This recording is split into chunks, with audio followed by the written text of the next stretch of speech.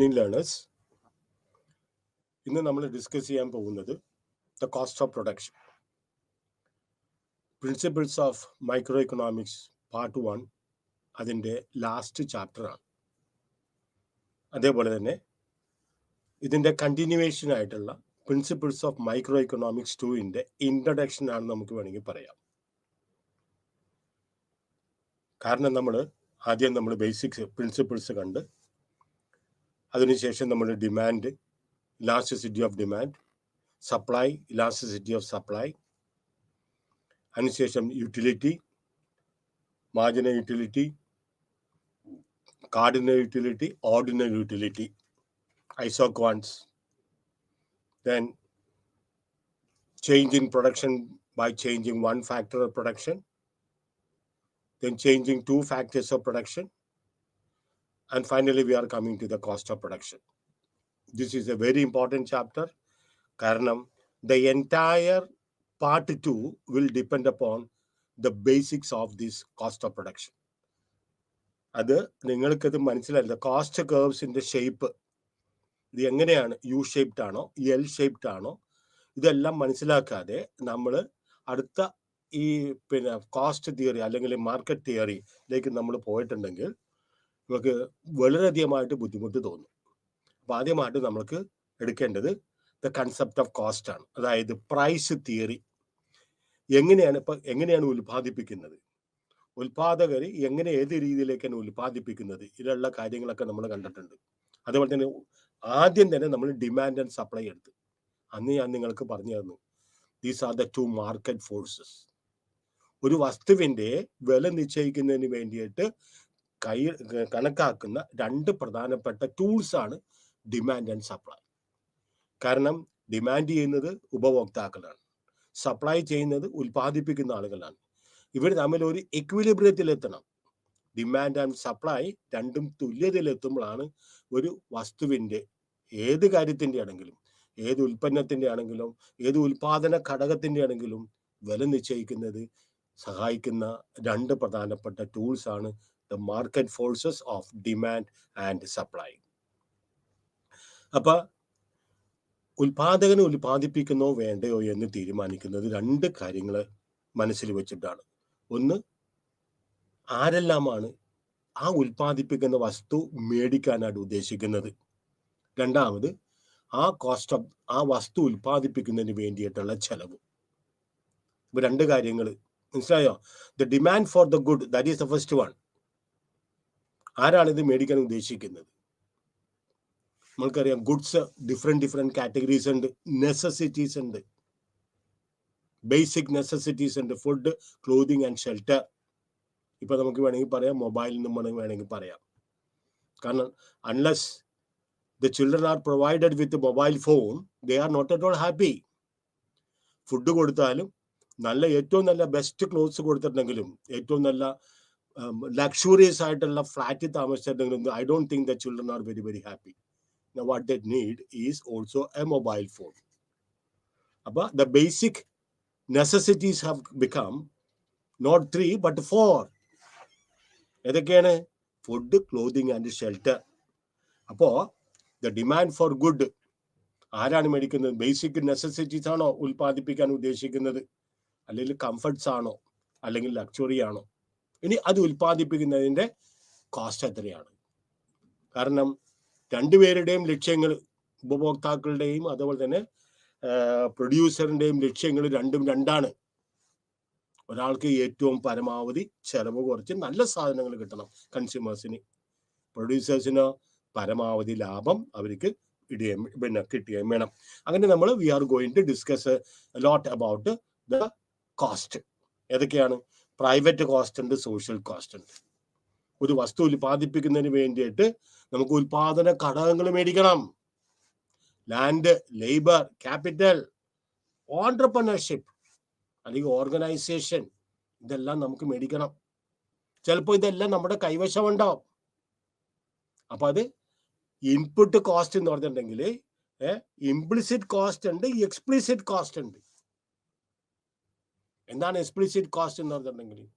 അതായത് പുറത്തു നിന്ന് നമ്മൾ ഉൽപാദന ഘടകങ്ങൾ ഉപയോഗിക്കുമ്പോൾ അതിനകത്ത് വരാം. ആദ്യം തന്നെ private cost and social cost, money cost and opportunity cost. എന്താണ് മണി കോസ്റ്റ്? ഒരു വസ്തു ഉൽപ്പാദിപ്പിക്കുന്നതിന് വേണ്ടിയിട്ട് നമ്മൾ ചെലവാക്കുന്ന പണമാണ് മണി കോസ്റ്റ്. നേരെ മറിച്ച് ഓപ്പർച്യൂണിറ്റി കോസ്റ്റ് ഉണ്ട്. The cost of next best alternative that is forgone. The cost of next best alternative that is forgone. മൂന്നാമതായിട്ട് ഓപ്പർച്യൂണിറ്റി കോസ്റ്റ്, മൂന്നാമതായിട്ട് ഫിക്സ്ഡ് കോസ്റ്റ് ഉണ്ട്, വേരിയബിൾ കോസ്റ്റ് ഉണ്ട്. ഇതെല്ലാം ഞാനിപ്പോൾ എക്സ്പ്ലെയിൻ ചെയ്യാൻ പോണേ. ശ്രദ്ധിച്ചിരുന്നാൽ നിങ്ങൾക്ക് അടുത്ത ബുക്കിലേക്ക് പോകുമ്പോൾ വളരെ എളുപ്പമായിരിക്കും. So let us go. The concept of cost. എന്താണ് private cost? The amount of money so paid is known as cost. നമ്മൾ പറഞ്ഞു വേരിയസ് മറ്റു പല ഉൽപാദന ഘടകങ്ങൾ മേടിക്കണം. എല്ലാം if I am a worker, I will get wage. മനസ്സിലായോ? ഞാനിപ്പോ ക്യാപിറ്റൽ അല്ലെങ്കിൽ മൂലധനം ഞാൻ ഇൻവെസ്റ്റ് ചെയ്യാനായിട്ട് ഞാൻ കൊടുക്കുകയാണെങ്കിൽ എനിക്ക് അതിന്റെ ഇൻട്രസ്റ്റ് കിട്ടണം. ലാൻഡ് ഞാൻ കൃഷിക്ക് കൊടുക്കുകയാണെങ്കിൽ എനിക്ക് റെന്റ് കിട്ടണം. ഓരോന്നിന്റെ പ്രതിഫലം നിങ്ങൾക്ക് അറിയാമെന്ന് ഞാൻ വിചാരിക്കുന്നു. ലാൻഡിന് കൊടുക്കുന്ന പ്രതിഫലത്തെ നമ്മൾ പറഞ്ഞത് റെന്റ്, ലേബറിന് കിട്ടുന്ന പ്രതിഫലത്തെ നമ്മൾ പറഞ്ഞത് വേജസ്, മൂലധനത്തിന് ക്യാപിറ്റൽ മൂലധനത്തിന് കിട്ടുന്ന പ്രതിഫലത്തെ നമ്മൾ പറഞ്ഞത് ഇൻട്രസ്റ്റ്. നാലാമതൊരാളും കൂടി ഉണ്ട്, ഓൺട്രപ്രണർ, സംഘാടകൻ, പ്രൊഡ്യൂസ് ചെയ്യുന്ന ആള്. അയാൾക്ക് കിട്ടുന്ന പ്രതിഫലമാണ് ലാഭം. മനസ്സിലായോ? അപ്പൊ only the expenditure incurred by the producer on purchasing of factors of production from the market, but also the imputed cost of all those services which our producer himself provides. ഇതിനകത്ത് private കോസ്റ്റിനകത്ത് ഒരേ ഒരു കാര്യം നിങ്ങൾ ഉപയോഗിക്കുന്നത് explicit cost ഉണ്ട്, implicit cost ഉണ്ട്. ഇപ്പൊ ഞാൻ ഒരു സംരംഭം നടത്തുകയാണെങ്കിൽ ഞാൻ വെളിയിൽ നിന്ന് ഈ ഏതെങ്കിലും ഉൽപാദന ഘടകങ്ങൾ മേടിക്കുകയാണെങ്കിൽ അതിന് ഞാൻ അവർക്ക് പ്രതിഫലം കൊടുക്കണം. അതിനെ പറഞ്ഞത് എക്സ്പ്ലിസിറ്റ് കോസ്റ്റ്. ഇനി ഇംപ്ലിസിറ്റ് കോസ്റ്റ് ഉണ്ട്. എന്താണ് ഇംപ്ലിസിറ്റ് കോസ്റ്റ്? Excuse me.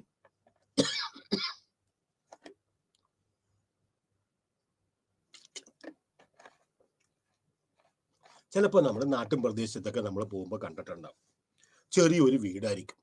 ആ വീടിന്റെ അടുത്ത് തന്നെ, ആ വീടിനോട് തന്നെ ഒരു ചാർത്തും അല്ലെങ്കിൽ ഒരു എക്സ്റ്റൻഷൻ പോലെ എടുക്കും. അവിടെ ചിലപ്പോൾ ഒരു പലചരക്കട നടത്തും. അപ്പോ ഇദ്ദേഹം തന്നെ പോയി മാർക്കറ്റിൽ പോയി സാധനങ്ങൾ മേടിക്കും. ഇദ്ദേഹം തന്നെ രാവിലെ തൊട്ട് വൈകുന്നേരം വരെ അതുപോലെ അവിടെ കച്ചവടം നടത്താനായിട്ട് നിൽക്കുകയും ചെയ്യും. ഇദ്ദേഹം തന്നെ മുതൽ മുടക്കും. അപ്പോ ഈ കാര്യങ്ങളൊക്കെ വെളിയിൽ നിന്നുള്ള ഒരാളെ കൊണ്ടാണ് ചെയ്യിപ്പിക്കുകയാണെങ്കിൽ അയാൾക്ക് ഇതുപോലെ തന്നെ എല്ലാ കാര്യങ്ങൾക്കും അദ്ദേഹത്തിന് അവർക്ക് പ്രതിഫലം കൊടുക്കേണ്ടി വരും. പലപ്പോഴും നമ്മൾ ഈ പ്രതിഫലം നമ്മൾ ഇംപ്യൂട്ടഡ് ആയിട്ടുള്ള എക്സ്പ്ലിസിറ്റ് കോസ്റ്റ് അല്ലെങ്കിൽ ഇംപ്ലിസിറ്റ് കോസ്റ്റ്, ഇംപ്യൂട്ടഡ് ആയിട്ടുള്ള ഒരു മനുഷ്യൻ അയാളുടെ സ്വന്തം കൈ, കാരണം ഇതെല്ലാം ഞാൻ ജോലിക്ക് പോകുന്നില്ല, ഞാൻ ഈ കട നടത്തില്ലെങ്കിൽ ഞാൻ വേറെ ഏതെങ്കിലും സ്ഥലത്ത് ജോലിക്ക് പോയാൽ എനിക്ക് അതിന്റെ വേജസ് കിട്ടും, അല്ലെങ്കിൽ എനിക്ക് ശമ്പളം കിട്ടും. ഞാൻ പുറത്ത് പോകുന്നില്ല, എൻ്റെ ബിസിനസ്സിൽ ഞാൻ എൻ്റെ ലേബർ കൊടുക്കണേ. അപ്പൊ എനിക്ക് ആ കോസ്റ്റും കൂടെ കണക്കാക്കണം. അപ്പൊ the cost of raw materials, private കോസ്റ്റുകൾ, wages of labour, interest payment on capital loans, rent of the land and building, then machines നമ്മൾക്ക് റിപ്പയറിങ് ചിലപ്പോൾ ചെയ്യേണ്ടി വരും. അതിന് വേണ്ടിയിട്ടുള്ള റിപ്പയറിങ് കോസ്റ്റ്, ഗവൺമെന്റ് ടാക്സ് കൊടുക്കണം, പ്രോഫിറ്റിന്റെ ഒരു വിഹിതം നമ്മൾ ടാക്സ് കൊടുക്കണം. then imputed wage payment to the producer. ഇനിയാണ് പ്രൊഡ്യൂസറിന്റെ സ്വന്തമായിട്ടുള്ള ഉൽപാദന ഘടകങ്ങൾ ഏതെല്ലാം എടുക്കുന്നത്. അദ്ദേഹം ആ പ്രസ്ഥാനത്തിൽ ജോലി ചെയ്യുന്ന കാരണം അദ്ദേഹത്തിന് ഇംപ്യൂട്ടഡ് ആയിട്ടുള്ള വേജ് കിട്ടണം. ദെൻ അദ്ദേഹത്തിന്റെ സ്വന്തം മുതൽ മുടക്ക്, വേറെ ബാങ്കിൽ നിന്ന് ലോൺ എടുക്കാതെ അദ്ദേഹത്തിന്റെ സേവിങ്സിൽ നിന്ന് അദ്ദേഹം ഇത് ചെയ്യുകയാണെങ്കിൽ, പിന്നെ ബിസിനസ്സിൽ ഇടുകയാണെങ്കിൽ അദ്ദേഹത്തിന് എന്ത് കിട്ടണം? ഇൻട്രസ്റ്റ് കിട്ടണം. അദ്ദേഹം ഈ ബിസിനസ്സിൽ മുതൽ മുടക്കാതെ വേറെ ഏതെങ്കിലും സ്ഥലത്ത് കൊണ്ട് ഈ പണം കൊണ്ട് നിക്ഷേപിച്ചിട്ടുണ്ടെങ്കിൽ അദ്ദേഹത്തിന് ഇൻട്രസ്റ്റ് കിട്ടും. അതേപോലെ തന്നെ rent of the land and buildings, അദ്ദേഹത്തിന്റെ എക്സ്റ്റൻഷൻ, വീടിനോട് കൂടി എടുത്തിരിക്കുന്ന എക്സ്റ്റൻഷൻ അദ്ദേഹം ബിസിനസ് ചെയ്യാതെ മറ്റേ ആൾക്കെങ്കിലും കൊടുത്തിട്ടുണ്ടെങ്കിൽ അദ്ദേഹത്തിന് അതിൽ നിന്ന് വരുമാനം കിട്ടും.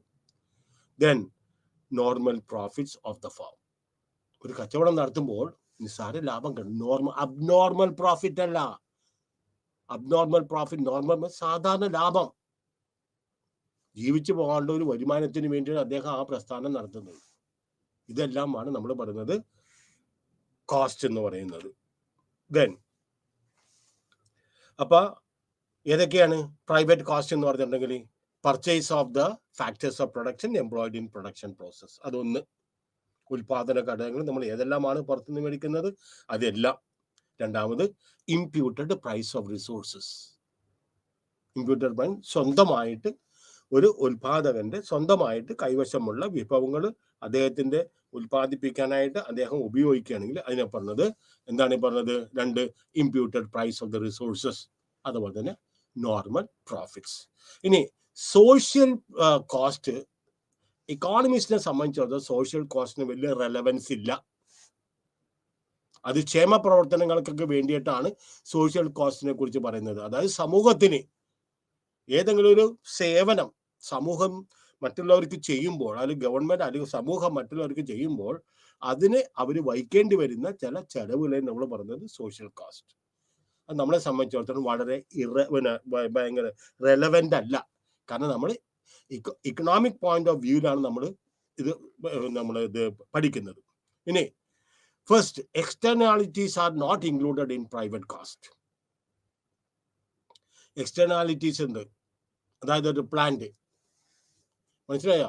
ആ പ്ലാന്റിനെ സംബന്ധിച്ചിടത്തോളം എന്തൊരു വസ്തു ഉൽപ്പാദിപ്പിക്കുന്നതിന് വേണ്ടിയിട്ട് നമുക്ക് ഷോർട്ട് ടേമിൽ പ്ലാന്റിനെ നമുക്ക് പെട്ടെന്ന് അങ്ങോട്ട്, പ്ലാന്റ് എന്ന് പറഞ്ഞിട്ടുണ്ടെങ്കിലും ചെടിയല്ല ഉദ്ദേശിക്കുന്നത്, ഉൽപ്പാദിപ്പിക്കുന്ന ചെറിയ ഒരു സംരംഭത്തെ നമ്മൾ പ്ലാന്റ് ആൻഡ് മെഷീനറി എന്ന് പറയുന്നത്. അത് നമുക്ക് ഹ്രസ്വകാലത്ത് നമുക്ക് പെട്ടെന്ന് ചേഞ്ച് ചെയ്യാൻ പറ്റില്ല. സപ്പോസ് നിങ്ങൾ സ്കൂളിൽ പഠിക്കുന്ന സമയത്ത് നിങ്ങൾ ഒരു ടൂറിന് പോവുകയാണ്, അഡ്വാൻസ് ആയിട്ട് ബുക്ക് ചെയ്യാതെ നിങ്ങളൊരു സ്ഥലത്ത് ചെല്ലണേ, ഒരു ഹോട്ടലിൽ ഉച്ചയ്ക്ക് 2 മണിയാകുമ്പോൾ കയറി ചെല്ലണേ, അവർക്ക് നിങ്ങൾക്ക് എല്ലാവർക്കും ചാപ്പാട് തരാൻ പറ്റില്ല. അപ്പൊ നമ്മൾ എന്ത് ചെയ്യും? അഡ്വാൻസ് ആയിട്ട് ബുക്ക് ചെയ്യണം. അപ്പൊ അവർക്ക് ആമ്പിൾ ടൈം ഉണ്ട് അത് ചേഞ്ച് ചെയ്യാനായിട്ടുള്ള. അവർക്ക് സാധനങ്ങൾ കൂടുതൽ മേടിച്ച് അന്നത്തേക്ക് വിഭവങ്ങൾ തയ്യാറാക്കുന്നതിന് വേണ്ടിയിട്ടുള്ള സമയമുണ്ട്. അപ്പൊ എക്സ്റ്റേണാലിറ്റീസ് നമ്മൾ പ്രൈവറ്റ് കോസ്റ്റിൽ ഉൾപ്പെടുത്തിയിട്ടില്ല.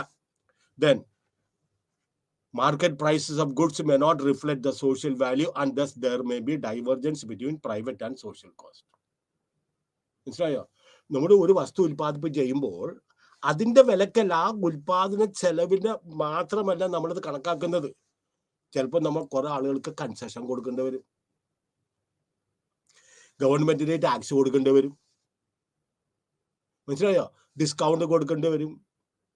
ഇതെല്ലാം നമ്മുടെ ഒരു പ്രൊഡ്യൂസറിന്റെ കയ്യിൽ നിന്ന് ചെലവാകുന്ന പൈസയാണ്.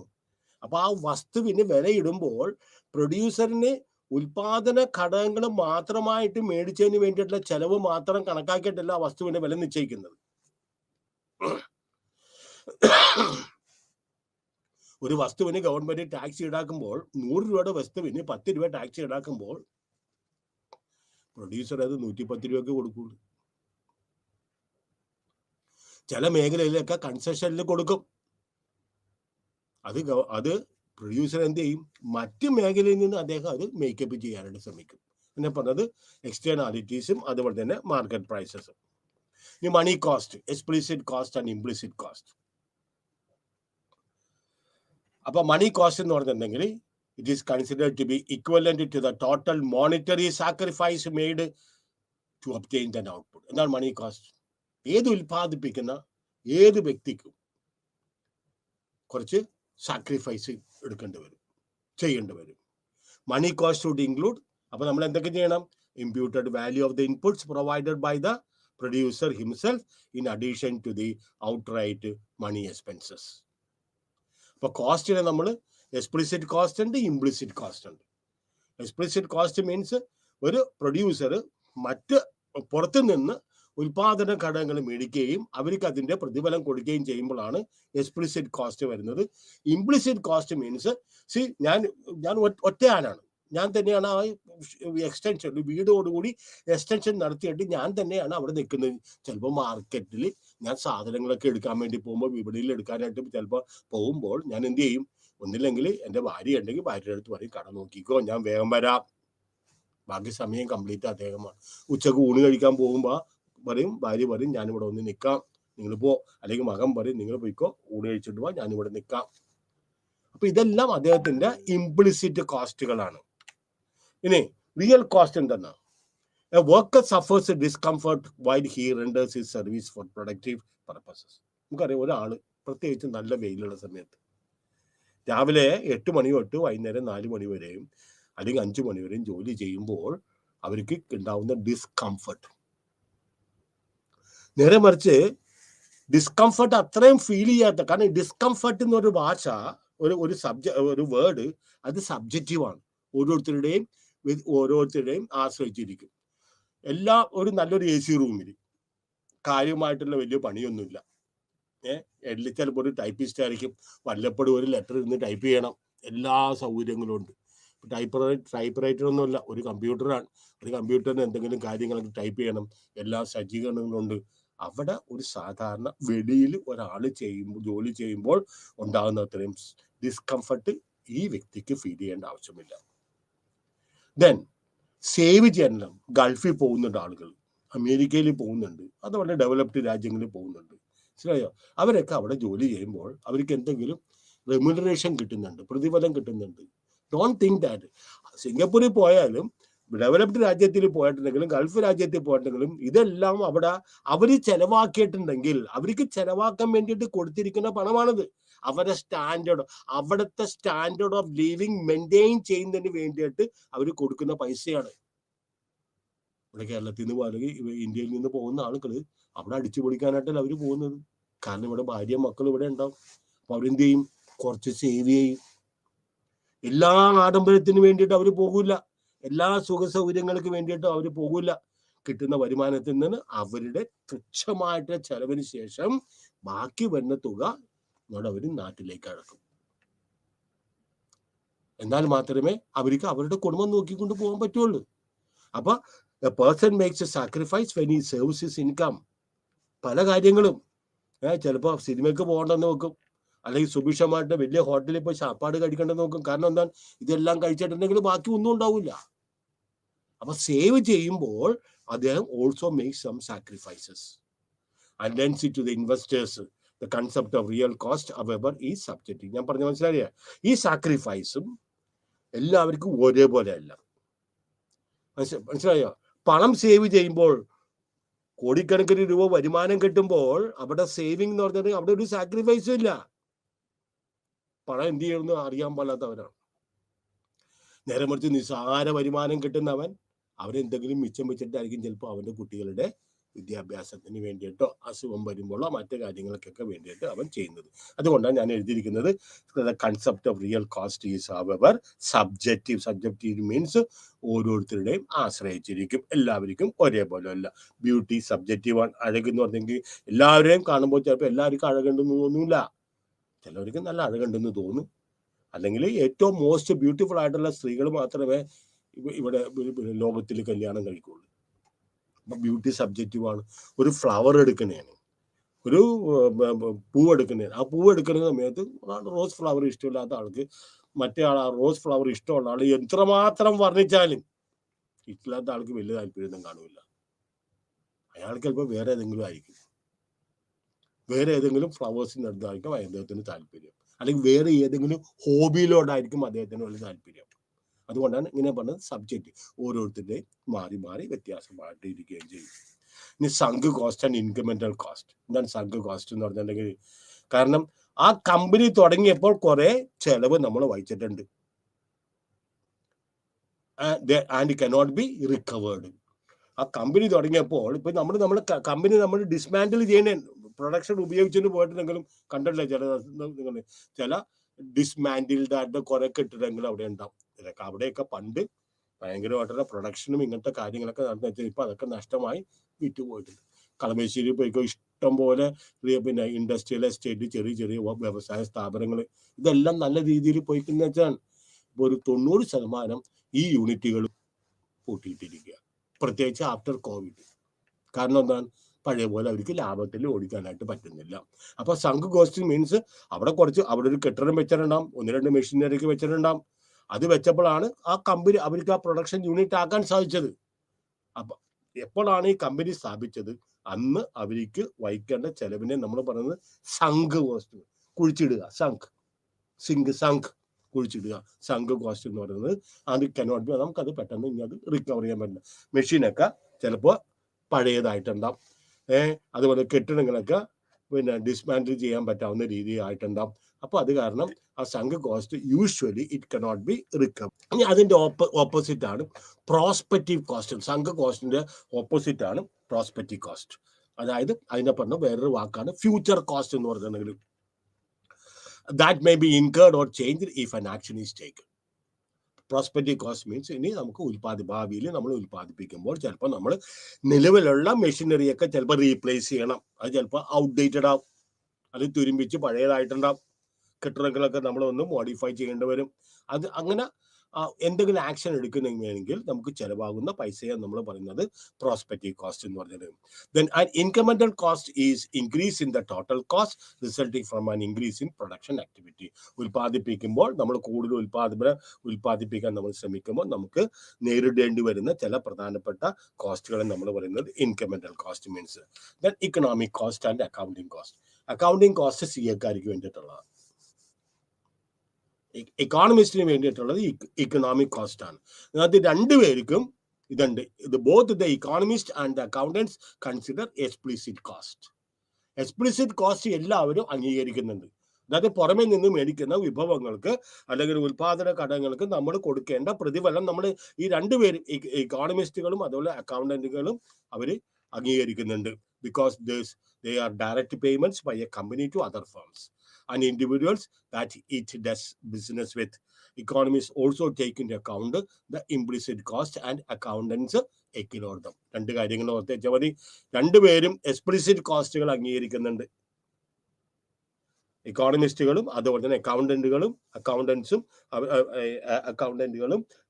രണ്ട് കോസ്റ്റും അവർ അംഗീകരിക്കുന്നുണ്ട്. പക്ഷെ ഇക്കോണമിസ്റ്റുകൾ രണ്ട് കോസ്റ്റും അംഗീകരിക്കുമ്പോൾ നമ്മുടെ അക്കൗണ്ടന്റുകൾ അവരെന്ത് ചെയ്യും, എക്സ്പ്ലിസിറ്റ് കോസ്റ്റ് മാത്രമേ അവർ അംഗീകരിക്കുന്നുള്ളൂ, ഇംപ്ലിസിറ്റ് കോസ്റ്റ് അംഗീകരിക്കുന്നില്ല.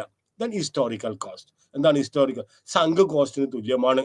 It is the cost that was actually incurred at the time of the purchase of an asset. ഒരു മെഷീനറി മേടിച്ചപ്പോൾ, ഒരു കമ്പനി തുടങ്ങുന്നതിന് വേണ്ടിയിട്ട് 1-2 മെഷീനറി മേടിച്ചപ്പോൾ നമുക്ക് അന്ന് എന്തുമാത്രം ചെലവായോ, അസറ്റ് മേടിക്കാനായിട്ട് നമ്മൾക്ക് എന്തുമാത്രം ചെലവായോ അതിനാണ് നമ്മൾ പറയുന്നത് ഹിസ്റ്റോറിക്കൽ കോസ്റ്റ്. നേരെ മറിച്ച് റീപ്ലേസ്മെന്റ് കോസ്റ്റ് നമുക്കറിയാം. കാരണം എന്താണ്, ഓരോ മെഷീനറിയും കാലാകാലത്തോടെ നിൽക്കില്ല, അതിന് wear and tear വരും, തേയ്മാനം വരും. മറ്റൊരു വേർഡാണ് ഇക്കണോമിക്സിൽ നമ്മൾ ഉപയോഗിക്കുന്ന വേർഡാണ് ഡിപ്രീസിയേഷൻ എന്ന് പറയുന്നത്. അപ്പൊ ഡിപ്രീസിയേഷൻ, ആ wear and tear കൊണ്ട് ആ മെഷീനറി പഴയതാവും, ഫർദറായിട്ട് ഉൽപ്പാദിപ്പിക്കാൻ നമുക്ക് ഉപയോഗിക്കാൻ സാധിക്കാതെ വരുമ്പോൾ നമ്മൾ അതിന് പകരമായിട്ട് ഒരു മെഷീൻ മേടിക്കും. ചിലപ്പോൾ അന്ന് മേടിച്ചതിന്റെ മെഷീൻ തന്നെ ആയിരിക്കും, പക്ഷെ ബെറ്റർ എഫിഷ്യൻസി ഉണ്ടായിരിക്കും. ചിലപ്പോൾ കറണ്ട് കൺസംഷൻ കൂടുതലായിരിക്കും. ചിലർ പറയും എൻ്റെ വീട്ടിലെ ഫ്രിഡ്ജ് 40 വർഷമായി അല്ലെങ്കിൽ 30 വർഷമായി. അപ്പോൾ ഇപ്പോഴത്തെ ആളുകൾ പറഞ്ഞത് എന്താണ്, ഇപ്പോഴെല്ലാം 5 സ്റ്റാറും 4 സ്റ്റാറൊക്കെയാണ്. കാരണം എന്താ, കറണ്ട് കൺസംഷൻ വളരെ കുറവ് മതി. നേരെ മറിച്ച് പഴയ സാധനങ്ങളൊക്കെ ലോഡ് എടുക്കാനായിട്ട് ഇങ്ങനെ വലിക്കുവാൻ കറണ്ടൊക്കെ കൂടുതലായിട്ട് ചിലപ്പോൾ എടുക്കുന്നത്. അപ്പോൾ ഒന്നില്ലെങ്കിൽ അവർ ആ പഴയ മെഷീൻ തന്നെ കുറച്ചും കൂടെ അപ്ഡേറ്റഡ് ആയിട്ടുള്ള മെഷീൻസ് അവർ മേടിക്കും, അല്ലെങ്കിൽ ബെറ്റർ ടെക്നോളജിക്കൽ ബേസ്ഡ് ആയിട്ട് ചിലപ്പോൾ ചില ഉപകരണങ്ങൾ മേടിക്കും. അതിനെ നമ്മൾ പറയുന്നത് റീപ്ലേസ്മെന്റ് കോസ്റ്റ് എന്ന് പറയുന്നത്. ഇനി കോസ്റ്റ് ഫങ്ഷൻസ്. ഇനി production functions, the relation between production and cost is known as A cost function. ഞാൻ ഇച്ചിരി സ്പീഡിൽ എടുക്കണേ, ശ്രദ്ധിച്ചോളണം. പ്രൊഡക്ഷൻ ഫങ്ഷൻ 2 തരത്തിലുണ്ട്. ഒന്ന് short run cost functions, long run cost functions. മനസ്സിലായോ? Cost functions can be illustrated with the diagrammatic forms as cost curves. അപ്പൊ എന്താണെന്ന് പറഞ്ഞാൽ, ഷോർട്ട് പീരീഡിൽ ഞാൻ പറഞ്ഞ പോലെ നാളെ അംബർല ഉണ്ടാക്കുന്ന ഒരു കമ്പനിയിൽ നാളെ അവർ പറയുന്നത്, അല്ലെങ്കിൽ ഒരാഴ്ച കൊണ്ട് ഞങ്ങൾക്ക് ഒരു 1000 അംബർല കൂടുതൽ ഉണ്ടാക്കാന്ന് പറഞ്ഞിട്ടുണ്ടെങ്കിൽ it is not very possible as such.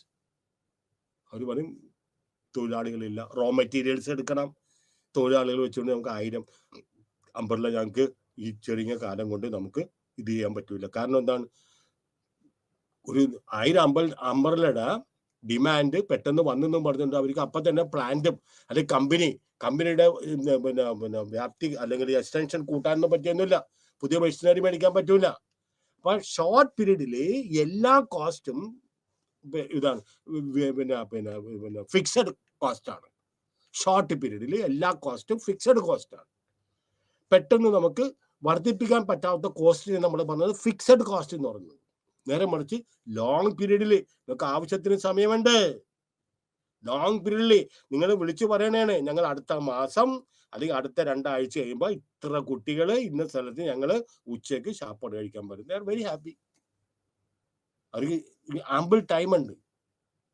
എല്ലാ സാധനങ്ങളും മേടിക്കുന്നതിന് വേണ്ടിയിട്ടും അല്ലെങ്കിൽ കുറച്ച് 1-2 ജോലിക്കാരെ കൂടാതെ നിർത്തുന്നതിന് വേണ്ടിയൊക്കെ സമയമുണ്ട്.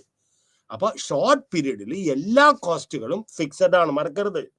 The distinction between short term and long term is valid only during the short period. Fixed കോസ്റ്റും വേരിയബിൾ കോസ്റ്റ് എന്ന് പറഞ്ഞിട്ടുണ്ടെങ്കിൽ വ്യത്യാസം ഷോർട്ട് പീരീഡിൽ മാത്രമേ ഉള്ളൂ. ലോങ് പീരീഡിൽ നമുക്ക് എല്ലാ കോസ്റ്റുകളും, നമുക്ക് പ്ലാന്റ് നമുക്ക് വർദ്ധിപ്പിക്കാം, മെഷീനറി നമുക്ക് കൂടുതലായിട്ട് മേടിക്കാം, റോ മെറ്റീരിയൽസ് മേടിക്കാം, തൊഴിലാളികളുടെ എണ്ണം വർദ്ധിപ്പിക്കാം, കെട്ടിടത്തിന്റെ ഇത് വ്യാപ്തി വർദ്ധിപ്പിക്കാം, എന്ത് വേണമെങ്കിലും ചെയ്യാം. അപ്പൊ fixed cost and the cost functions time element വരുന്നിരിക്കുന്നത് ലോങ് റൺ.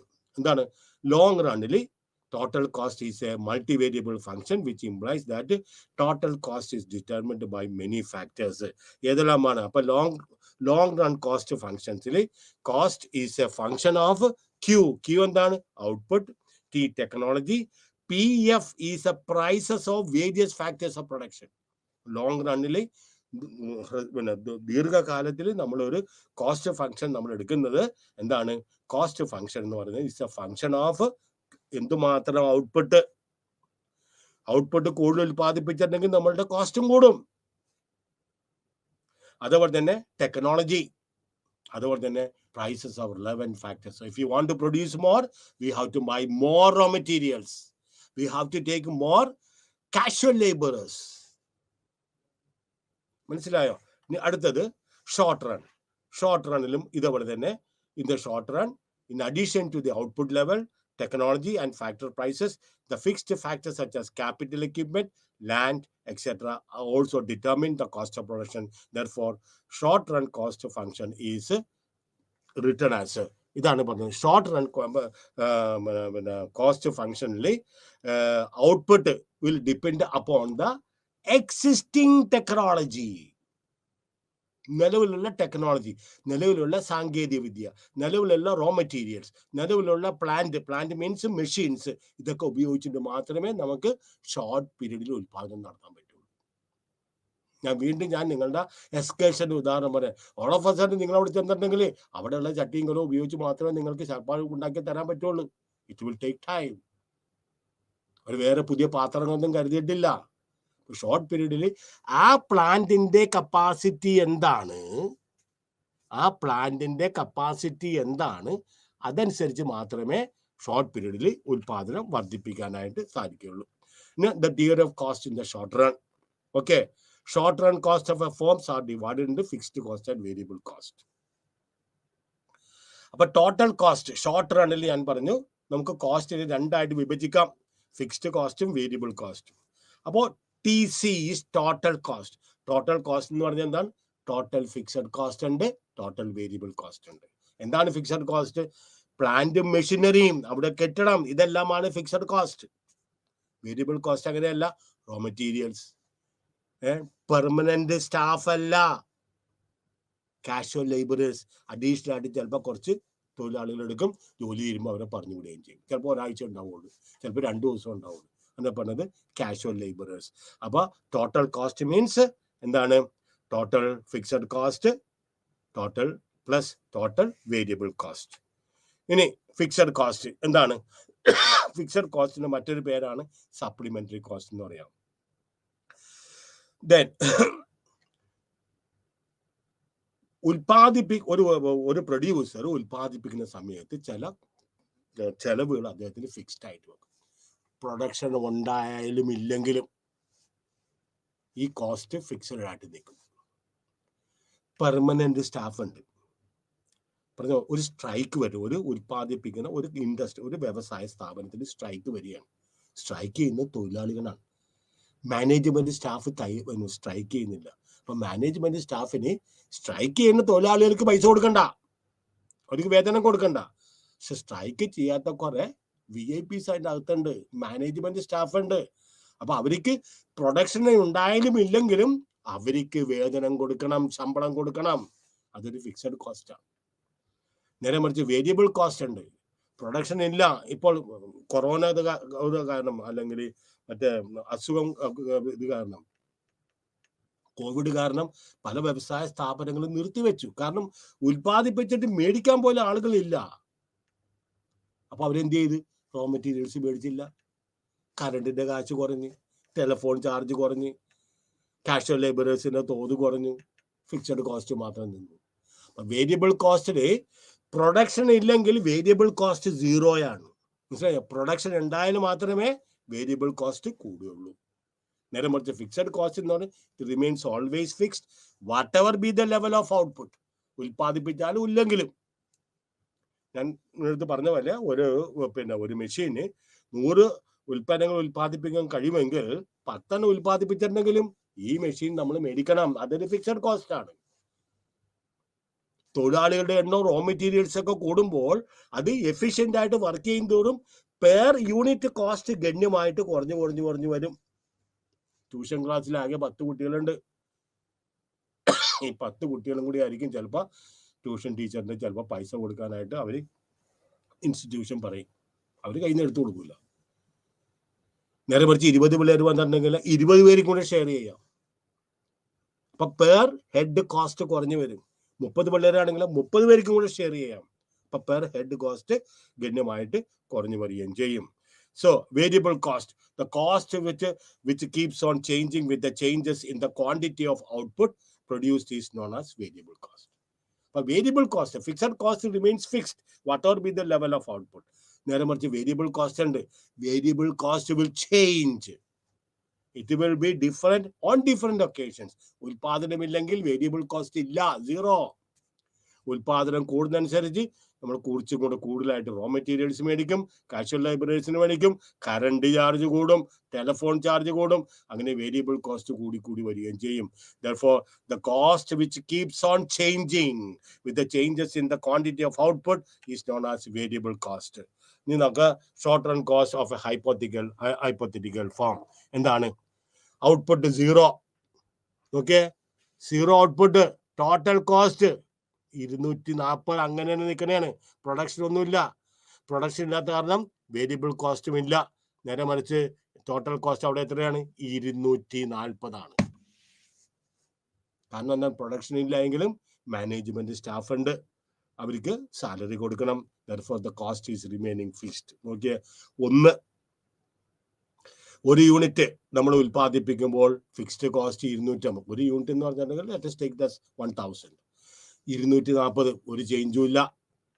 നേരെ മറിച്ച് പ്രൊഡക്ഷൻ തുടങ്ങിയത് കാരണം നമ്മൾ റോ മെറ്റീരിയൽസ് മേടിച്ചു. തൊഴിലാളികളെ നമ്മൾ വരാൻ പറഞ്ഞു. വർക്കിംഗ് ഫ്രം ഹോം അല്ലെങ്കിൽ വീട്ടിൽ പിങ്ക് സ്ലിപ്പൊക്കെ കൊടുത്ത് ഇതേക്കുന്ന ആളുടെ അടുത്തൊക്കെ വരാൻ പറയും, വന്ന് ജോലി ചെയ്യാൻ പറയും. അപ്പോൾ ഫിക്സഡ് കോസ്റ്റ് 0 to 6. 0 to 6 വരുമ്പോൾ fixed cost is remaining fixed. ഒരു ചേഞ്ചും ഇല്ല, 240.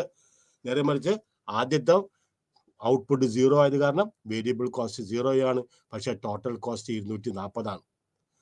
വരുന്ന ഉൽപ്പാദിപ്പിക്കുമ്പോൾ 240. റോ മെറ്റീരിയൽസ് അല്ലെങ്കിൽ വേരിയബിൾ കോസ്റ്റ് 120.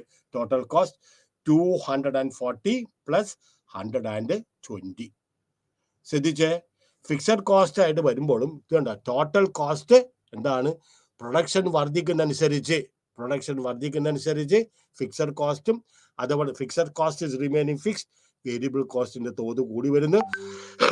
അപ്പോൾ ടോട്ടൽ കോസ്റ്റിന്റെ തോതും ഗണ്യമായിട്ട് കൂടി വരികയും ചെയ്യും. Okay, fixed cost 240. ഇന്നത്തെ നമ്മുടെ പ്രീവിയസ് ആയിട്ട് നമ്മുടെ ടേബിളിലൊക്കെ കണ്ട fixed cost is remaining fixed 240. നോക്കിയേ, ഇറ്റ് ഈസ് റിമൈനിങ് ഫിക്സ്ഡ്. കാരണം ഉൽപാദനം കൂടുന്തോറും നമ്മൾ ഉപയോഗിച്ച് നമ്മളുടെ ഫാക്ടറിയിൽ വെച്ചിരിക്കുന്ന മെഷീനറികളും പിന്നെ ഡിഫറെന്റ് മാനേജേഴ്സ് ഒക്കെ ഉണ്ട്. നമ്മൾ പറഞ്ഞ ഡിവിഷൻ ഓഫ് ലേബർ, CMD ഉണ്ടാവും, ചീഫ് ഫിനാൻഷ്യൽ ഓഫീസർ ഉണ്ടാവും, പിന്നെ മറ്റേ പർച്ചേസ് മാനേജർ ഉണ്ടാവും, ഡിവിഷണൽ മാനേജർ ഉണ്ടാവും, അതുപോലെ തന്നെ HR മാനേജർ ഉണ്ടാവും, purchase manager, sales manager, technology നോക്കുന്ന മാനേജർ, ഇങ്ങനെ പല പല മാനേജേഴ്സ് ഉണ്ടാവും. അവരെല്ലാം സ്കിൽഫുൾ ആയിട്ട് എഫിഷ്യൻ്റ് ആയിട്ട് അവരുടെ കപ്പാസിറ്റി കൂടുതലായിട്ട് ഉപയോഗിക്കുന്ന കാരണം കോസ്റ്റ് ഈസ് റിമൈനിങ് ഫിക്സ്ഡ്. പക്ഷെ ഔട്ട്പുട്ട് വർദ്ധിച്ചു വരികയാണ്. 1, 2, 3, 4, 5, 6, 7, 8 എന്ന് പറഞ്ഞാൽ 8 യൂണിറ്റ്, വെറും 8 അല്ല. Let's take it as 8 lakhs ഉൽപ്പന്നങ്ങൾ നമ്മൾ ഉൽപ്പാദിപ്പിക്കുമ്പോൾ cost is remaining. So fixed cost curve is therefore parallel to the x-axis and it remains the same at all levels of output. ഇനി അടുത്തതാണ് ടോട്ടൽ വേരിയബിൾ കോസ്റ്റ്. നമുക്കറിയാം, നോക്കിക്കേ, total variable കോസ്റ്റിന്റെ diagram നോക്കിയേ. It starts from 0. Total variable cost is the firm's total expenditure on various variable inputs use to carry out production. ഞാൻ പറഞ്ഞില്ലേ, corona സമയത്ത് production ഇല്ല, വേരിയബിൾ കോസ്റ്റ് ഇല്ല, ഫിക്സ്ഡ് കോസ്റ്റ് ഉണ്ട്. 240 ഈസ് റിമൈനിങ് ഫിക്സ്ഡ്. ഉൽപ്പാദിപ്പിച്ചാലും ഇല്ലെങ്കിലും ആ കമ്പനി ഡിസ്മാൻഡിൽ ചെയ്യുന്നവരെ ഈ ഫിക്സഡ് കോസ്റ്റ് അങ്ങനെ വഹിക്കും വേണം. കമ്പനി വെറുതെ പൂട്ടിയിട്ട് ഒറ്റ ദിവസം കൊണ്ട് കമ്പനി പൂട്ടിയിട്ട് പോകുന്നില്ല. നേരെ മറിച്ച് variable cost Nokia, fixed cost is starting from 240. It remains fixed whatever be the level of total fixed cost. നേരെ മറിച്ച് വേരിയബിൾ കോസ്റ്റ് നോക്കിയ, വേരിയബിൾ കോസ്റ്റ് തുടങ്ങുന്നത് 0-യിൽ നിന്നാണ്. അതിന്റെ അർത്ഥം 0 പ്രൊഡക്ഷനിൽ വേരിയബിൾ കോസ്റ്റ് ഒട്ടുമില്ല. 1 വേരിയബിൾ കോസ്റ്റ് കൂടുന്നൻ, 2 വേരിയബിൾ കോസ്റ്റ് കൂടുന്നൻ. therefore ടോട്ടൽ വേരിയബിൾ കോസ്റ്റ് ഇത് പിന്നെ 0-യിൽ നിന്ന് മുകളിലേക്ക് അത് വർദ്ധിക്കുന്നു. then it rises from left to right. ഇനി ടോട്ടൽ കോസ്റ്റ് എന്താണ്? ടോട്ടൽ കോസ്റ്റ് എന്ന് പറഞ്ഞിട്ടുണ്ടെങ്കിൽ total fixed cost and total variable cost. നമുക്കറിയാല, ടോട്ടൽ ഫിക്സ്ഡ് കോസ്റ്റ് എവിടെയെന്ന് പറഞ്ഞത് 240-ൽ നിന്ന്, അതാണ് total fixed cost. Variable cost നമ്മൾ എവിടെന്നാണ് തുടങ്ങിയത്? 0. അപ്പൊ 240 ഫിക്സ്ഡ് കോസ്റ്റ് ഉള്ളപ്പോൾ പ്രൊഡക്ഷൻ ഒന്നും ഇല്ലാത്തത് കാരണം വേരിയബിൾ കോസ്റ്റും 0-യാണ്. നേരെ മറിച്ച് പ്രൊഡക്ഷൻ 1, 2, 3, 4 അങ്ങനെ വരുമ്പോൾ it stops upwards from left to right. Total cost curve is obtained by adding the total fixed cost and total variable cost. നോക്കിക്കൊള്ളുക, ഇതാണ് നമ്മളുടെ ടോട്ടൽ ഫിക്സ്ഡ് കോസ്റ്റും ടോട്ടൽ വേരിയബിൾ കോസ്റ്റ് രണ്ടും കൂടെ ഇത് ചെയ്യുന്നത്. ഓക്കെ, ടോട്ടൽ വേരിയബിൾ കോസ്റ്റ്, ഇത് total കോസ്റ്റും ടോട്ടൽ വേരിയബിൾ കോസ്റ്റും പാരലലാണ്. നോക്കിയേ, Q ഉൽപ്പാദിപ്പിക്കുന്ന സമയത്ത് നമ്മുടെ ഫിക്സ്ഡ് കോസ്റ്റ് ഇത്രയാണ്, വേരിയബിൾ കോസ്റ്റ് ഇല്ല. വേരിയബിൾ കോസ്റ്റ് ഇവിടുന്ന് തുടങ്ങുമ്പോൾ നമ്മൾ variable cost it starts from here. therefore total fixed cost, total fixed cost, total variable cost, that will give you total cost. The total fixed cost and total variable cost will give you the total cost. Okay. Average fixed cost, പിന്നെ average variable cost, average total cost. നോക്കിക്കോളുക, ഒന്ന് നമ്മൾ ഉൽപ്പാദിപ്പിക്കുന്ന total fixed cost എങ്ങനെയാണ് നമ്മൾ average fixed cost എങ്ങനെയാണ് കണ്ടുപിടിക്കുന്നത്? Total fixed കോസ്റ്റിനെ quantity കൊണ്ട് ഡിവൈഡ് ചെയ്യുമ്പോൾ അവിടെ 240 ഡിവൈഡഡ് ബൈ 1 ആണ്. ഡിവൈഡഡ് ബൈ 1 ആണ് 240. Those who are following, please note 240 divided by 1. Total fixed cost നമ്മൾ അല്ലെങ്കിൽ ആവറേജ് ഫിക്സ്ഡ് കോസ്റ്റ് കണ്ടുപിടിക്കുന്നത് ടോട്ടലിനെ ക്വാണ്ടിറ്റി കൊണ്ട് ഡിവൈഡ് ചെയ്യുക, അങ്ങനെയാണ് ആവറേജ് കണ്ടുപിടിക്കുന്നത്. നമുക്കറിയാലോ, മൊത്തത്തിന് പിന്നെ മൊത്തം കോസ്റ്റിനെ, ആവറേജ് ഫിക്സഡ് കോസ്റ്റിനെ നമ്മൾ ക്വാണ്ടിറ്റി കൊണ്ട് ഡിവൈഡ് ചെയ്യുമ്പോൾ ശരാശരി ഒരു വസ്തുവിന്റെ കോസ്റ്റ് കിട്ടും. അപ്പോൾ 240 divided by 1 will give you 240. Average variable cost എത്രയാണ്? 120 ആണ്. അപ്പോൾ 120 divided by 1 will give you 120. Now what is the average total cost അല്ലെങ്കിൽ ടോട്ടൽ കോസ്റ്റ് എത്രയാണ് വരുന്നത്? 240 പ്ലസ് 120 will give you 360. രണ്ടാമതൊരു ഉദാഹരണം കൂടെ എടുത്ത് കാണിച്ചു തരാം. 240 രണ്ടെണ്ണം ഉൽപ്പാദിപ്പിച്ചപ്പോൾ ആവറേജ് ഫിക്സ്ഡ് കോസ്റ്റ് നമ്മൾ ടോട്ടൽ ഫിക്സ്ഡ് കോസ്റ്റ് നമ്മൾ വരുന്നത് നമ്മൾ എത്രയാണ് 240 എത്രയാണ് 2 ഉൽപ്പാദിപ്പിക്കുന്നുണ്ട്. അപ്പോൾ നമ്മൾ ആവറേജ് കണ്ടുപിടിക്കുന്ന എങ്ങനെ ടോട്ടൽ ഫിക്സ്ഡ് കോസ്റ്റിനെ അതിന്റെ ക്വാണ്ടിറ്റി കൊണ്ട് ഡിവൈഡ് ചെയ്യുമ്പോൾ 240 divided by 2 is equal to അല്ല divided by 2 that will give you 120. Variable cost 160 160നെ 2 കൊണ്ട് ഡിവൈഡ് ചെയ്യുമ്പോൾ 80. അപ്പോൾ നമുക്ക് എങ്ങനെ ഇത് കിട്ടി?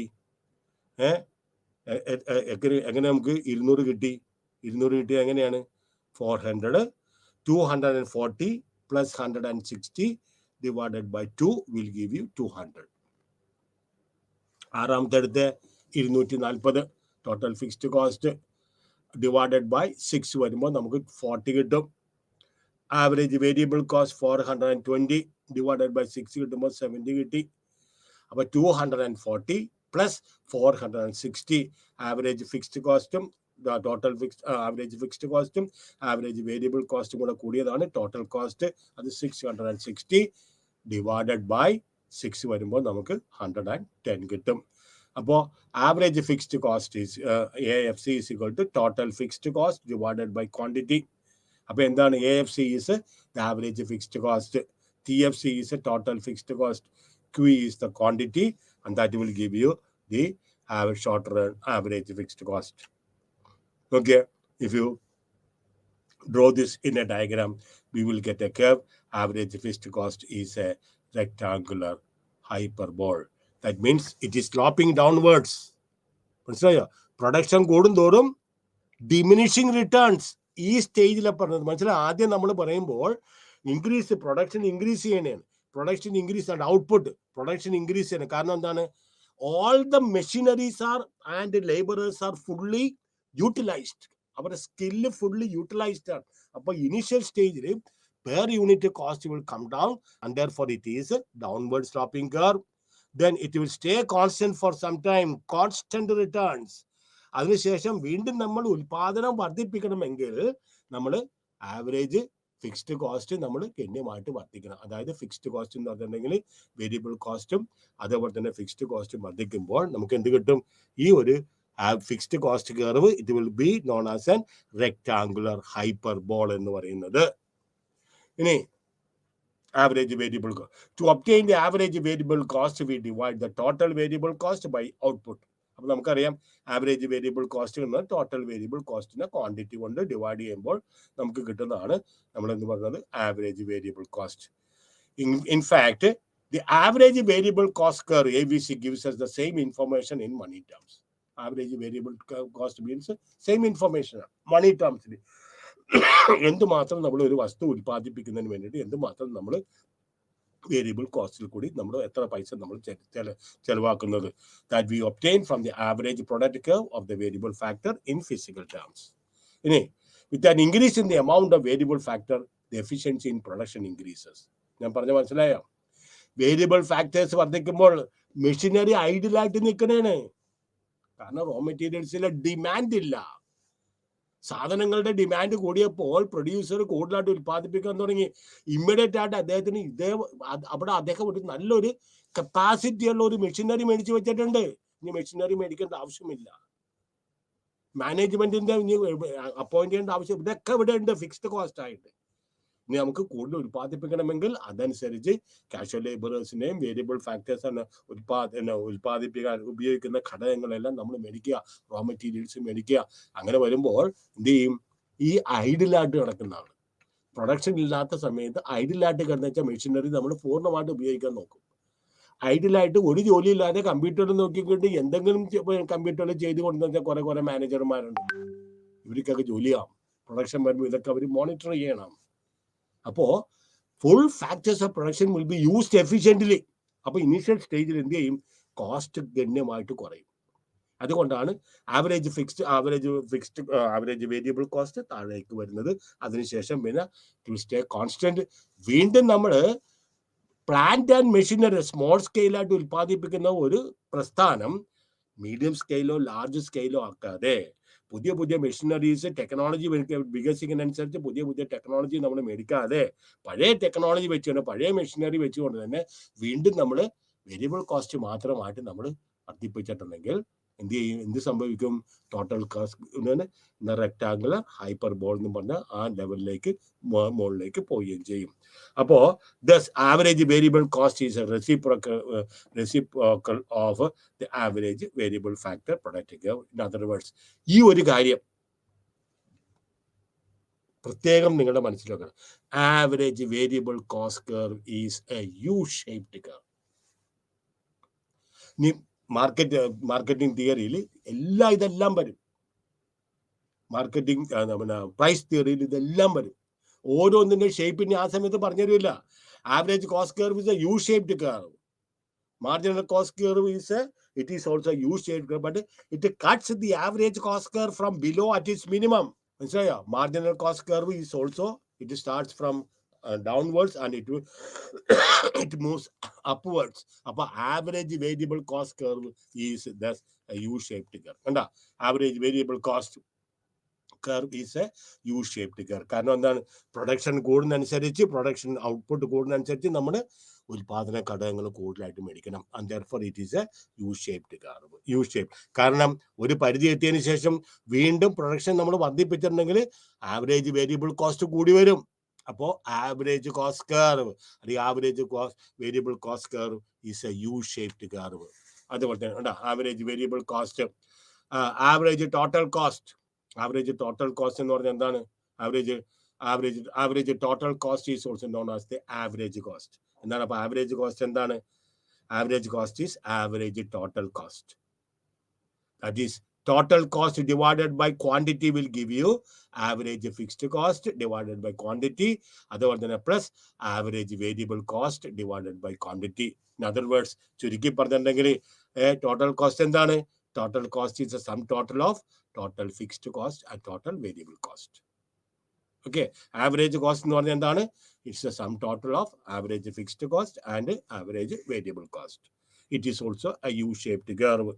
It is obtained, average total curve is obtained by dividing the total cost by the output. നോക്കിക്കേ, as the production increases, as output, average cost, total cost is the vertical sum of average fixed cost and average variable cost. Okay, average fixed cost ഞാൻ പറഞ്ഞു, as production increases, average fixed cost കുറഞ്ഞു വരുന്നു. അതുകൊണ്ടാണ് increasing returns ഒരു കമ്പനിക്ക് കിട്ടുന്നത്. Therefore it is a rectangular hyperbole. Average fixed cost, average variable cost, it is a U-shaped curve. Average fixed കോസ്റ്റും average total കോസ്റ്റും രണ്ടും കൂടെ കൂടിയതാണ് ആവറേജ് വേരിയബിൾ കോസ്റ്റും ആവറേജ് ഫിക്സ്ഡ് കോസ്റ്റും കൂടെ കൂടിയതാണ് ആവറേജ് ടോട്ടൽ കോസ്റ്റ്. ഇനി മാർജിനൽ കോസ്റ്റ് എന്താണ്? Marginal cost will cut the average cost curve at its minimum. മറക്കരുത് ഈ sentence. Average cost curve is a U shaped curve. അതൊന്നും. രണ്ടാമത്, ആവറേജ് മാർജിനൽ കോസ്റ്റ് കർവ് അല്ലെങ്കിൽ marginal cost curve will cut the average cost curve. ഇതെല്ലാം average fixed cost ആണ്, ഇത് average variable cost ആണ്, ഇത് ആവറേജ് ടോട്ടൽ കോസ്റ്റ് ആണ്. ഈ മൂന്ന് ആവറേജ് കോസ്റ്റ് കർവിനെയും marginal cost it will cut from below, താഴത്ത് നിന്ന് മുകളിലേക്ക് പോയിട്ട് it will cut all there. ഇത് ആവറേജ് ഫിക്സ്ഡ് കോസ്റ്റ്, ഇത് ആവറേജ് വേരിയബിൾ കോസ്റ്റ്, ഇത് ആവറേജ് ടോട്ടൽ കോസ്റ്റ്. ഈ marginal cost curve will cut the average cost curve at its minimum. ഇവിടെ വെച്ചല്ല കട്ട് ചെയ്യേണ്ടത്. ഈ ഒരു യു ഷേപ്ഡ് കർവിന്റെ ഏറ്റവും മിനിമം പോയിന്റ് ഏതാണ്? It is average, it is the minimum point of average fixed cost, average variable cost, average total cost. That is the shape of so marginal cost. നിങ്ങൾക്ക് അറിയാം എന്താണ് marginal cost? Marginal cost is the increase in the total cost owing to a small increase in output. നിങ്ങൾക്കറിയാം marginal cost രണ്ടാമത്തെ മോഡ്യൂളിലോട്ട് ഞാൻ പറഞ്ഞുതരാം. marginal cost, it is addition to total cost when production is increased by 1 unit. ആദ്യത്തെ പറഞ്ഞ ഉൽപ്പാദിപ്പിച്ചപ്പോൾ 100 unit കിട്ടി. രണ്ടാമത്തെ നമ്മൾ 1 യൂണിറ്റും കൂടെ നമ്മൾ ഉൽപ്പാദിപ്പിച്ചപ്പോൾ നമുക്ക് ടോട്ടൽ പ്രൊഡക്ഷൻ 110ആയി. എന്തുകൊണ്ടാണ്? 1 യൂണിറ്റും കൂടെ നമ്മൾ വർദ്ധിപ്പിച്ചപ്പോൾ, ലാൻഡോ ലേബറോ 1 യൂണിറ്റും കൂടെ വർദ്ധിപ്പിച്ചപ്പോൾ ടോട്ടൽ പ്രൊഡക്ഷനിൽ ഉണ്ടായ വർധനവിനെയാണ് നമ്മൾ പറയുന്നത് മാർജിനൽ കോസ്റ്റ്. അപ്പോ marginal cost is the increase in total cost owing to a small increase in output. ഉൽപാദനം വർദ്ധിപ്പിക്കുമ്പോൾ നമ്മുടെ ടോട്ടൽ കോസ്റ്റിലുണ്ടായ ഒരു യൂണിറ്റ് ആയിട്ട് വർദ്ധിപ്പിച്ചപ്പോൾ ടോട്ടൽ കോസ്റ്റിലുണ്ടായ വ്യത്യാസത്തെ നമ്മൾ പറയുന്നത് marginal cost. So MC is marginal cost. Marginal cost is equal to total change in total cost divided by change in quantity. ക്വാണ്ടിറ്റിയിൽ ഉണ്ടായ വ്യത്യാസം ടോട്ടൽ കോസ്റ്റിൽ എന്തുമാത്രം വ്യത്യാസം. Change in total quantity divided by change in quantity or change in total variable cost divided by change in quantity. Delta stands for change.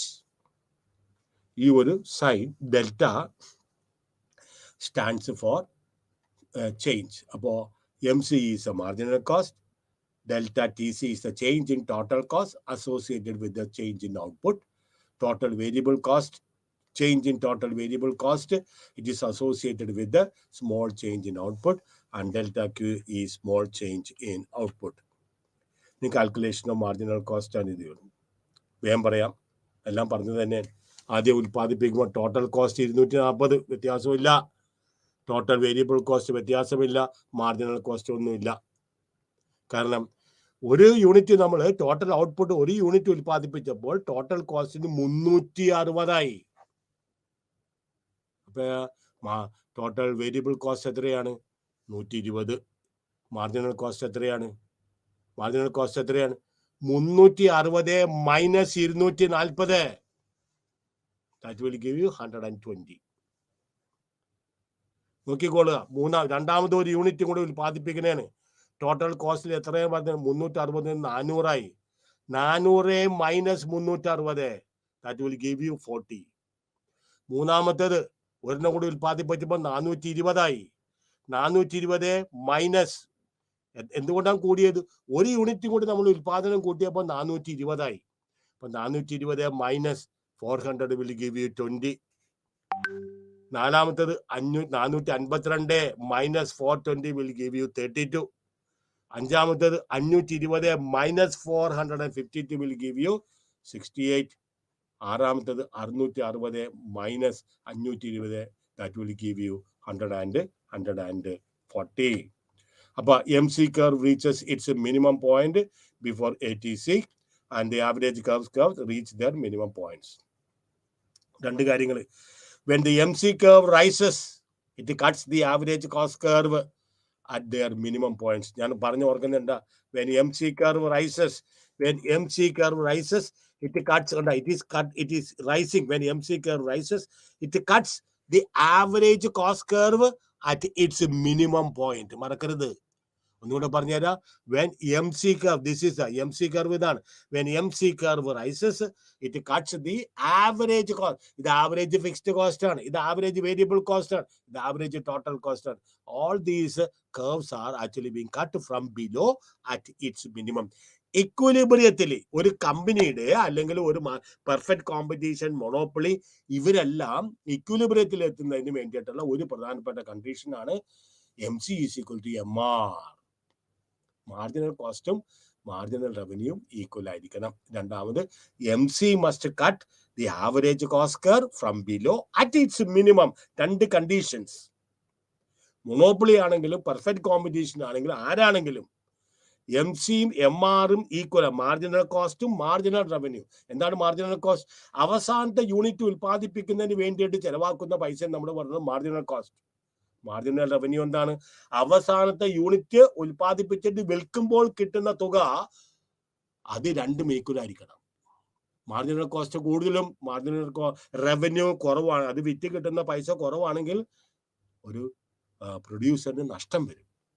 അപ്പൊ ഇത് കണ്ടീഷനാണ്. മാർക്കറ്റിന്റെ അല്ലെങ്കിൽ പെർഫെക്റ്റ് കോമ്പറ്റീഷന്റെയും മൊണോപ്പൊളിയുടെയൊക്കെ ഇക്വിലിബ്രിയത്തിന്റെ കണ്ടീഷനാണ്. എപ്പോഴാണ് അവർ ഇക്വിലിബ്രിയത്തിൽ എത്തുന്നത്? That is MC must be equal to MR. Marginal cost means ഏറ്റവും അവസാനത്തെ യൂണിറ്റ് ഉൽപ്പാദിപ്പിക്കുന്ന ഉൽപ്പന്നത്തിന് ചെലവാക്കുന്ന പൈസയും ആ യൂണിറ്റ് വിറ്റ് കിട്ടുന്ന റവന്യൂ, മാർജിനൽ റവന്യൂ, രണ്ടും തുല്യതയിലെത്തുമ്പോഴാണ് ഒരു സംഘാടകൻ, ഒരു പ്രൊഡ്യൂസർ അദ്ദേഹത്തിന്റെ പ്രൊഡക്ഷൻ നിർത്തുന്നത്. As long as marginal revenue is more than the marginal cost, ഒരു അഡീഷണൽ ആയിട്ട് ഒരു ഉൽപ്പന്നം ഉൽപ്പാദിപ്പിച്ച് കിട്ടുന്ന പൈസനെക്കാട്ടിയും കൂടുതലാണ് ആ വസ്തു വിറ്റ് കിട്ടുന്ന പൈസയാണെങ്കിൽ you will go on producing until and unless the marginal cost is equal to the marginal revenue. ഇതെല്ലാം നമ്മൾ കണ്ടതാണ്. ഞാൻ മറ്റേത് എടുക്കാൻ വേണ്ടിയിട്ടാണ്. എന്താ marginal cost is also you shaped curve. കേട്ടോ, average cost is U-shaped, marginal cost is U-shaped. It will cut, the marginal cost curve will cut the average cost curve from below at its minimum. When marginal cost curve is below the average cost curve, the latter falls. When marginal cost is below the average cost curve, it falls. When marginal cost is above the average cost curve, it starts rising. When marginal cost is below the average cost, ഇതെല്ലാം average cost curves ആണ്. When marginal cost is below the average cost curve, the marginal cost curve will start falling. But when it is above the average cost curve, ഇത് ഇവിടെ വന്നപ്പോൾ average cost fixed cost curve-നെക്കാട്ടും കൂടുതലായി. ഇത് മറ്റേത് ഇവിടെ വന്നപ്പോൾ average cost കർവിനെക്കാട്ടും കൂടുതലായി. അപ്പോൾ ആവറേജ് കോസ്റ്റ് കർവിനെക്കാട്ടും താഴെയാണ് മാർജിനൽ കോസ്റ്റുള്ള സമയത്ത് the marginal cost curve it starts rising. It starts falling. Then ഇത് കൂടുതൽ വരുമ്പോൾ when it is above, marginal cost is above the average cost curve, then it will start rising. എല്ലാം നിങ്ങൾ വീട്ടിൽ ചെന്ന് വരച്ച് പഠിക്കണം കേട്ടോ. എനിക്ക് തന്നിരിക്കുന്ന ക്ലാസ് കൊണ്ട് തീർക്കണം. Then when MC curve is above the average cost curve, the latter rises. അത് നമ്മൾ പറഞ്ഞു MC curve intersects the average cost curve at its minimum. ഞാൻ പറഞ്ഞത് ഓർക്കണം, ഞാൻ പറഞ്ഞില്ലേ marginal cost will cut the average cost curve from below at its minimum point. അതാണ് equilibrium point where MC should be equal to MR. മറക്കരുത്, marginal cost curve marginal revenue curve equal ആവുന്ന വരെ അവിടെയാണ് ഒരു പ്രൊഡ്യൂസർ ഇക്വിലിബ്രിയത്തിലെത്തുന്നത്, അത് ലാഭത്തിലെത്തുന്നത് എന്ന് വേണമെങ്കിൽ നമുക്ക് പറയാം. Then okay, MC curve intersects both the average cost curve and average total cost curve from its from below at its minimum. ഇതായിരിക്കണം നമ്മുടെ cost curve. It will cut the average cost curve. MC curve, I repeat again, MC curve, marginal cost curve, will cut the average cost curve from below at its minimum.